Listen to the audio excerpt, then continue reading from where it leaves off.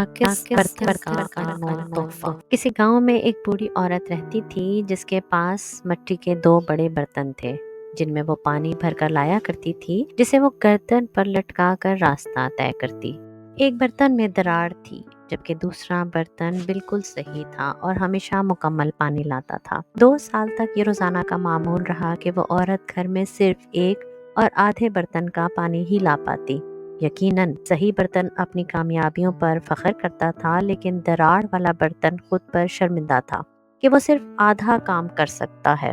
2 سال کی اس تلخ ناکامی کے بعد ایک دن دراڑ والے برتن نے عورت سے کہا کہ میں خود سے شرمندہ ہوں کیونکہ میری سائڈ میں دراڑ کی وجہ سے پانی راستے میں بہہ جاتا ہے۔ عورت نے مسکرا کر کہا، کیا تم نے کبھی غور کیا ہے کہ تمہاری سائڈ پر راستے میں کتنے ہی پھول کھلے ہیں لیکن دوسرے برتن کے سائڈ پر نہیں ہیں؟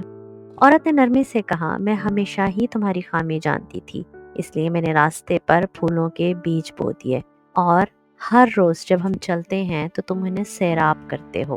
2 سالوں میں نے ان خوبصورت پھولوں کو توڑ کر اپنی میز پر سجایا ہے۔ تمہاری اس خامی کی وجہ سے راستہ مہک گیا۔ آتے جاتے لوگ اس قدرتی حسن کو دیکھ کر خوش ہوتے ہیں۔